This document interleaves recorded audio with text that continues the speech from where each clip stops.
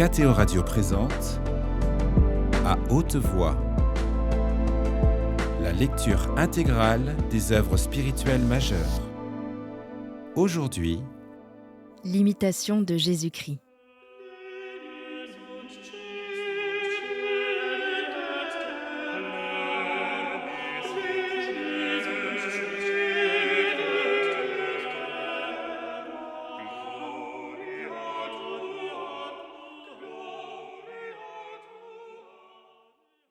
Chapitre 11. Du petit nombre de ceux qui aiment la croix de Jésus-Christ. Il y en a beaucoup qui désirent le céleste royaume de Jésus, mais peu consentent à porter sa croix. Beaucoup souhaitent ses consolations, mais peu aiment ses souffrances. Il trouve beaucoup de compagnons de sa table, mais peu de son abstinence. Tous veulent partager sa joie, mais peu veulent souffrir quelque chose pour lui. Plusieurs suivent Jésus jusqu'à la fraction du pain, mais peu jusqu'à boire le calice de sa passion. Plusieurs admirent ses miracles, mais peu goûtent l'ignominie de sa croix. Plusieurs aiment Jésus pendant qu'il ne leur arrive aucune adversité. Plusieurs le louent et le bénissent, tandis qu'ils reçoivent ses consolations. Mais si Jésus se cache et les délaisse un moment, ils tombent dans le murmure ou dans un excessif abattement. Mais ceux qui aiment Jésus pour Jésus, et non pour eux-mêmes, le bénissent dans toutes les tribulations et dans l'angoisse du cœur comme dans les consolations les plus douces. Et quand il ne voudrait jamais les consoler, toujours cependant il le louerait, toujours il lui rendrait grâce. Oh, que ne peut l'amour de Jésus, quand il est pur et sans mélange d'amour ni d'intérêt propre.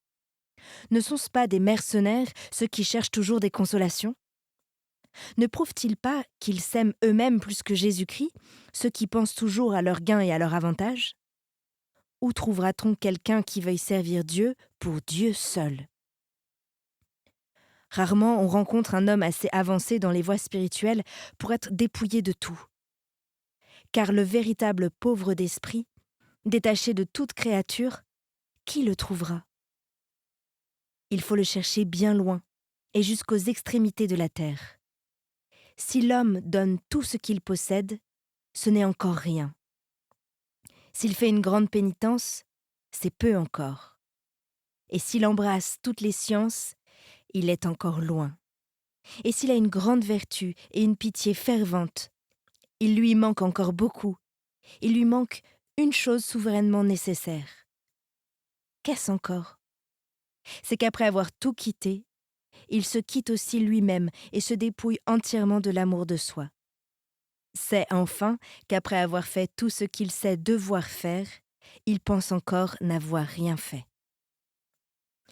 Qu'il estime peu ce qu'on pourrait regarder comme quelque chose de grand, et qu'en toute sincérité, il confesse qu'il est un serviteur inutile, selon la parole de la vérité.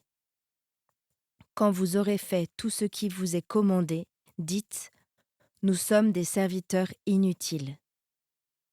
Alors, il sera vraiment pauvre et séparé de tout en esprit, et il pourra dire avec le prophète « Oui, je suis pauvre et seul dans le monde ». Nul cependant n'est plus riche, plus puissant, plus libre que celui qui sait quitter tout et soi-même et se mettre au dernier rang.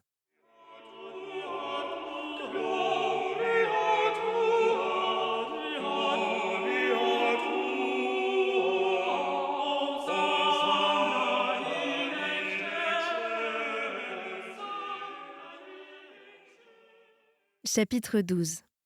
De la sainte voie de la croix. Cette parole semble dure à plusieurs. Renoncez à vous-même, prenez votre croix et suivez Jésus. Mais il sera bien plus dur, au dernier jour, d'entendre cette parole « Retirez-vous de moi, maudit, allez au feu éternel ». Ceux qui écoutent maintenant volontiers la parole qui commande de porter la croix et qui y obéissent ne craindront point alors d'entendre l'arrêt d'une éternelle condamnation. Ce signe de la croix sera dans le ciel lorsque le Seigneur viendra pour juger. Alors, tous les disciples de la croix qui auront imité pendant leur vie Jésus crucifié s'approcheront avec une grande confiance de Jésus-Christ, juge. Pourquoi donc craignez-vous de porter la croix, par laquelle on arrive au royaume du ciel? Dans la croix est le salut, dans la croix la vie, dans la croix la protection contre nos ennemis. C'est de la croix que découlent les suavités célestes. Dans la croix est la force de l'âme. Dans la croix, la joie de l'esprit, la consommation de la vertu, la perfection de la sainteté. Il n'y a de salut pour l'âme et d'espérance de vie éternelle que dans la croix. Prenez donc votre croix et suivez Jésus, et vous parviendrez à l'éternelle félicité. Il vous a précédé portant sa croix, et il est mort pour vous sur la croix, afin que vous aussi vous portiez votre croix, et que vous aspiriez à mourir sur la croix. Car si vous mourrez avec lui, vous vivrez aussi avec lui. Et si vous partagez ses souffrances, vous partagerez sa gloire. Ainsi, tout est dans sa croix et tout consiste à mourir. Il n'est point d'autre voie qui conduise à la vie et à la véritable paix du cœur que la voie de la croix et d'une mortification continuelle. Allez où vous voudrez, cherchez tout ce que vous voudrez. Vous ne trouverez pas au-dessus une voie plus élevée, au-dessous une voie plus sûre que la voie de la Sainte Croix. Disposez de tout selon vos vues. Réglez tout selon vos désirs. Et toujours vous trouverez qu'il vous faut souffrir quelque chose, que vous le vouliez ou non, et ainsi vous trouverez toujours la croix. Car ou vous sentirez de la douleur dans le corps, ou vous éprouverez de l'amertume dans l'âme. Tantôt vous serez délaissé de Dieu, tantôt exercé par le prochain, et ce qui est plus encore, vous serez souvent à charge à vous-même. Vous ne trouverez à vos peines aucun remède, aucun soulagement. Mais il vous faudra souffrir aussi longtemps que Dieu le voudra. Car Dieu veut que vous appreniez à souffrir sans consolation, et que vous vous soumettiez à lui sans réserve, et que vous deveniez plus humble par la tribulation. Nul n'a si avant dans son cœur la passion de Jésus-Christ que celui qui a souffert quelque chose de semblable. La croix est donc toujours préparée, elle vous attend partout. Vous ne pouvez la fuir, quelque part que vous alliez, puisque partout où vous irez, vous vous porterez et vous trouverez toujours vous-même. Élevez-vous, abaissez-vous, sortez de vous-même, rentrez-y. Toujours vous trouverez la croix. Il faut que partout vous preniez patience, si vous voulez la paix intérieure et mériter la couronne immortelle.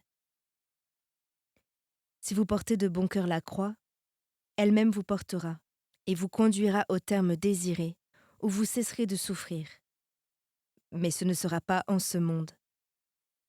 Si vous la portez à regret, vous en augmentez le poids, vous rendez votre fardeau plus dur, et cependant, il vous faut la porter. Si vous rejetez une croix, vous en trouverez certainement une autre, et peut-être plus pesante. Croyez-vous échapper à ce que nul homme n'a pu éviter? Quel saint a été dans ce monde sans croix et sans tribulation?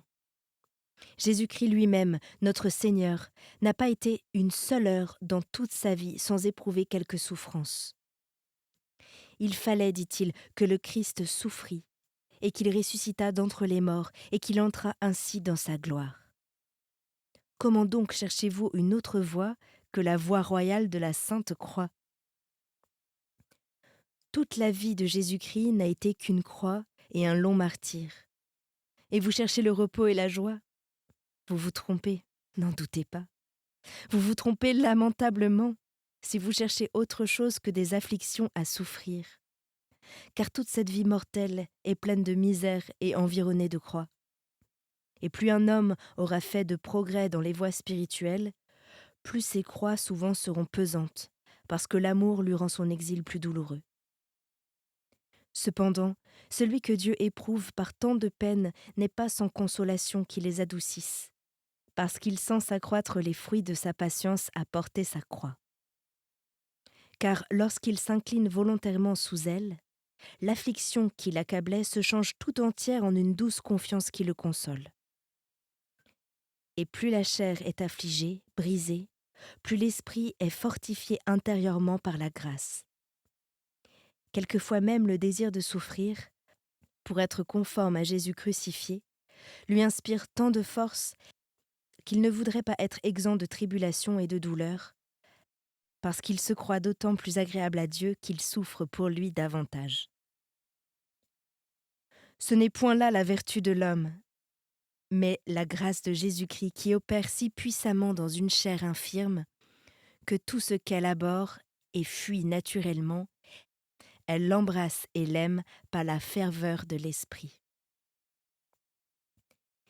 Il n'est pas selon l'homme de porter la croix, d'aimer la croix, de châtier le corps, de le réduire par servitude, de fuir les honneurs, de souffrir volontiers les outrages, de se mépriser soi-même et de souhaiter d'être méprisé, de supporter les afflictions et les pertes, et de ne désirer aucune prospérité dans ce monde. Si vous ne regardez que vous, vous ne pouvez rien de tout cela. Mais si vous vous confiez dans le Seigneur, la force vous sera donnée d'en haut, et vous aurez pouvoir sur la chair et le monde. Vous ne craindrez pas même le démon, votre ennemi, si vous êtes armé de la foi et marqué de la croix de Jésus-Christ. Disposez-vous donc, comme un bon et fidèle serviteur de Jésus-Christ, à porter courageusement la croix de votre Maître, crucifié par amour pour vous.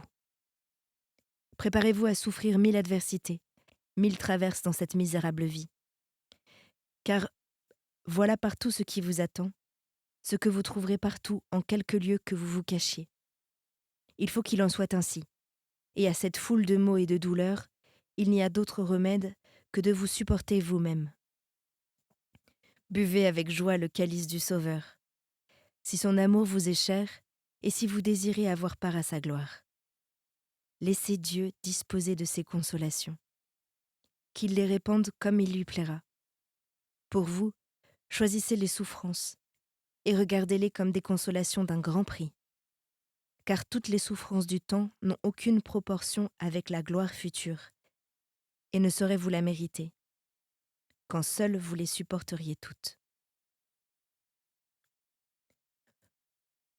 Lorsque vous en serez venus à trouver la souffrance douce et à l'aimer pour Jésus-Christ, alors estimez-vous heureux, parce que vous avez trouvé le paradis sur la terre. Mais tandis que la souffrance vous sera amère et que vous la fuirez, vous vivrez dans le trouble, et la tribulation que vous fuirez vous suivra partout. Si vous vous appliquez à ce que vous devez être, à souffrir et à mourir, bientôt vos peines s'adouciront, et vous aurez la paix. Quand vous auriez été ravis, avec Paul, jusqu'au 3e ciel, vous ne seriez pas pour cela assurés de ne rien souffrir. Je lui montrerai, dit Jésus, combien il faut qu'il souffre pour mon nom. Il ne vous reste donc qu'à souffrir, si vous voulez aimer Jésus et le servir constamment. Plût à Dieu que vous fussiez dignes de souffrir quelque chose pour le nom de Jésus. Quelle gloire vous serait réservée, quelle joie parmi tous les saints, quelle édification pour le prochain. Car tous recommandent la patience, quoique peu cependant veuillent souffrir.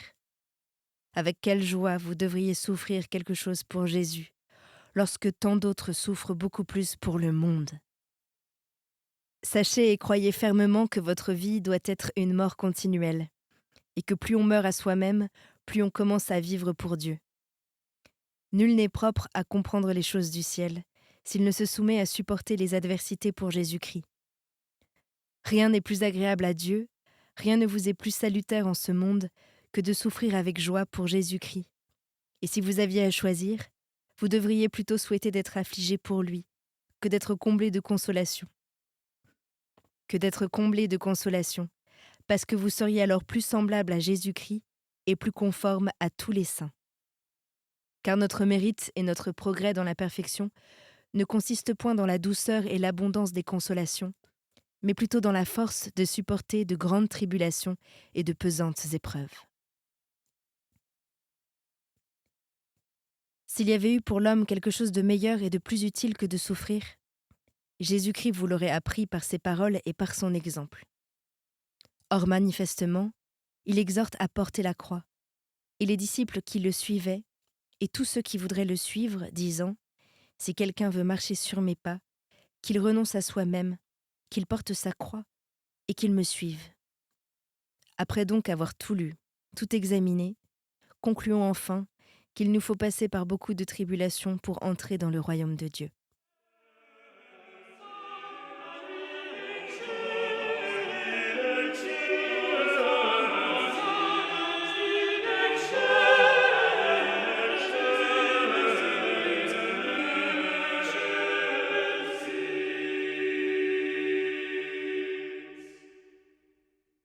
Livre 3e de la vie intérieure. Chapitre 1er.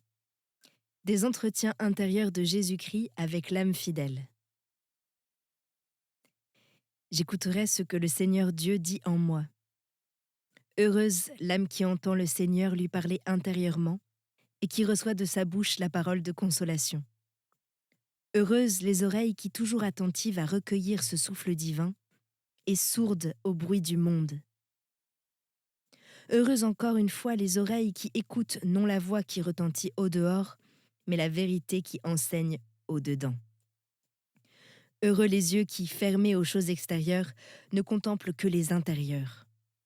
Heureux ceux qui pénètrent les mystères que le cœur recèle et qui, par des exercices de chaque jour, tâchent de se préparer de plus en plus à comprendre les secrets du ciel.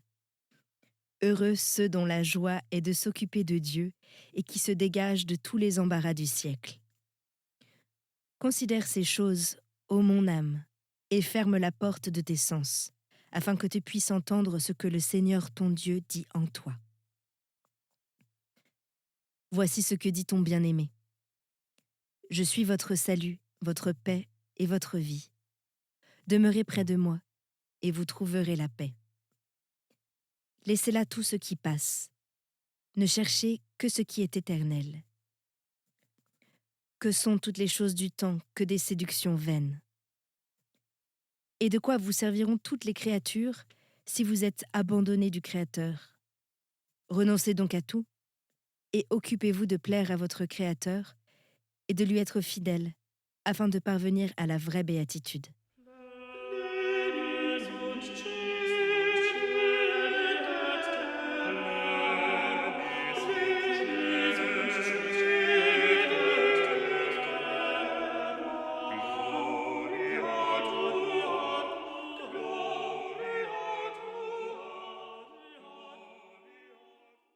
Chapitre 2.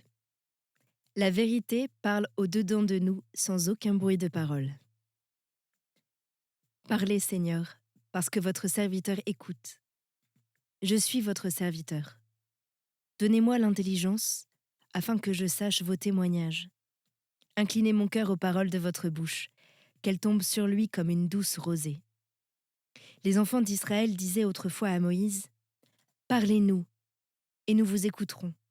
Mais que le Seigneur ne nous parle point, de peur que nous ne mourions. » Ce n'est pas là, Seigneur, ce n'est pas là ma prière. Mais au contraire, je vous implore comme le prophète Samuel, avec un humble désir, disant « Parlez, Seigneur, parce que votre serviteur écoute. » Que Moïse ne me parle point, ni aucun des prophètes. Mais vous plutôt parlez, Seigneur mon Dieu, vous la lumière de tous les prophètes, et l'esprit qui les inspirait. Sans eux, vous pouvez seul pénétrer toute mon âme de votre vérité, et sans vous, il ne pourrait rien. Ils peuvent prononcer des paroles, mais non les rendre efficaces. Leur langage est sublime, mais si vous vous taisez, ils n'échauffent point le cœur. Ils exposent la lettre, mais vous en découvrez le sens. Ils proposent les mystères, mais vous rompez le sceau qui en dérobait l'intelligence. Ils publient vos commandements, mais vous aidez à les accomplir. Ils montrent la voie, mais vous donnez des forces pour marcher. Ils n'agissent qu'au dehors, mais vous éclairez et instruisez les cœurs. Ils arrosent extérieurement, mais vous donnez la fécondité. Leurs paroles frappent l'oreille, mais vous ouvrez l'intelligence. Que Moïse donc ne me parle point, mais vous, Seigneur mon Dieu, éternelle vérité. Parlez-moi, de peur que je ne meure, et que je n'écoute sans fruit, si averti seulement au dehors, je ne suis point intérieurement embrasé. De peur que je ne trouve ma condamnation dans votre parole, entendue sans être accomplie, connue sans être aimée, crue sans être observée. Parlez-moi donc, Seigneur, parce que votre serviteur écoute. Vous avez les paroles de la vie éternelle. Parlez-moi pour consoler un peu mon âme, pour m'apprendre à réformer ma vie. Parlez-moi pour la louange, la gloire, l'honneur éternel de votre nom.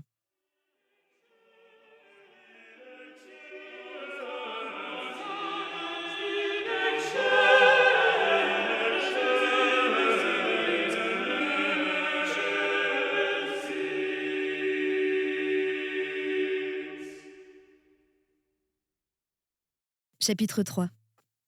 Qu'il faut écouter la parole de Dieu avec humilité et que plusieurs ne la reçoivent pas comme ils le devraient. Mon fils, écoutez mes paroles, paroles pleines de douceur et qui surpassent toute la science des philosophes et des sages du monde. Mes paroles sont esprit et vie, et l'on n'en doit pas juger par le sens humain. Il ne faut pas en tirer une vaine complaisance, mais les écouter en silence et les recevoir avec une humilité profonde et un ardent amour. Et j'ai dit, heureux celui que vous instruisez, Seigneur, et à qui vous enseignez votre loi, afin de lui adoucir les jours mauvais et de ne pas le laisser sans consolation sur la terre. C'est moi qui ai, dès le commencement, instruit les prophètes, dit le Seigneur, et jusqu'à présent même je ne cesse point de parler à tous, mais plusieurs sont endurcis et sourds à ma voix. Le plus grand nombre écoute le monde de préférence à Dieu. Ils aiment mieux suivre les désirs de la chair que d'obéir à la volonté divine. Le monde promet peu de choses, et des choses qui passent, et on le sert avec une grande ardeur. Je promets des biens immenses, éternels, et le cœur de l'homme reste froid. Qui me sert et m'obéit en toutes choses, avec autant de soin qu'on sert le monde et les maîtres du monde. Rougis, Sidon, dit la mer. Et si tu en demandes la cause, écoute, voici pourquoi. Pour un petit avantage, on entreprend une longue route, et pour la vie éternelle, à peine en trouve-t-on qui veuille faire un pas. On recherche le vil gain, on plaide honteusement quelquefois pour une pièce de monnaie, sur une légère promesse et pour une chose de rien. On ne craint pas de se fatiguer le jour et la nuit. Mais, ô honte, pour un bien immuable, pour une récompense infinie, pour un honneur suprême et une gloire sans fin, on ne saurait se résoudre à la moindre fatigue. Serviteur paresseux, et toujours murmurant, rougis donc de ce qu'il y ait des hommes plus ardents à leur perte que tu ne l'es à te sauver, et pour qui la vanité a plus d'attrait que n'en a pour toi la vérité. Et cependant ils sont souvent abusés par leurs espérances, tandis que ma promesse ne trompe point, et que jamais je ne me refuse à celui qui se confie en moi. Ce que j'ai promis, je le donnerai. Ce que j'ai dit, je l'accomplirai. Si toutefois l'on demeure avec fidélité dans mon amour jusqu'à la fin. C'est moi qui récompense les bons et qui éprouve fortement les justes.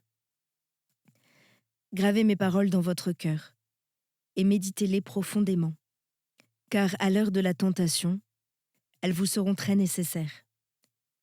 Ce que vous n'entendez pas en le lisant, vous le comprendrez au jour de ma visite. J'ai coutume de visiter mes élus de deux manières, par la tentation et la consolation.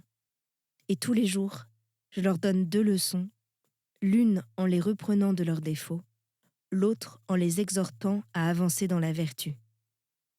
Celui qui reçoit ma parole et qui la méprise sera jugé par elle au dernier jour.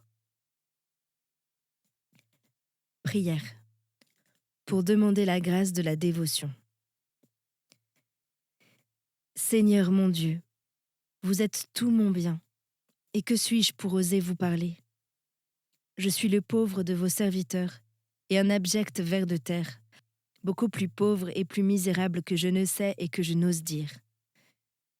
Souvenez-vous cependant, Seigneur, que je ne suis rien, que je n'ai rien, et que je ne puis rien. Vous êtes seul bon, juste et saint. Vous pouvez tout. Vous donnez tout, vous remplissez tout, hors le pécheur que vous laissez vide. Souvenez-vous de vos miséricordes, et remplissez mon cœur de votre grâce, vous qui ne voulez point qu'aucun de vos ouvrages demeure vide. Comment puis-je, en cette misérable vie, porter le poids de moi-même si votre miséricorde et votre grâce ne me fortifient? Ne détournez pas de moi votre visage. Ne différez pas à me visiter. Ne me retirez point votre consolation, de peur que, privée de vous, mon âme ne devienne comme une terre sans eau. Seigneur, apprenez-moi à faire votre volonté. Apprenez-moi à vivre d'une vie humble et digne de vous, car vous êtes ma sagesse. Vous me connaissez dans la vérité, et vous m'avez connu avant que je fusse au monde, et avant même que le monde fût.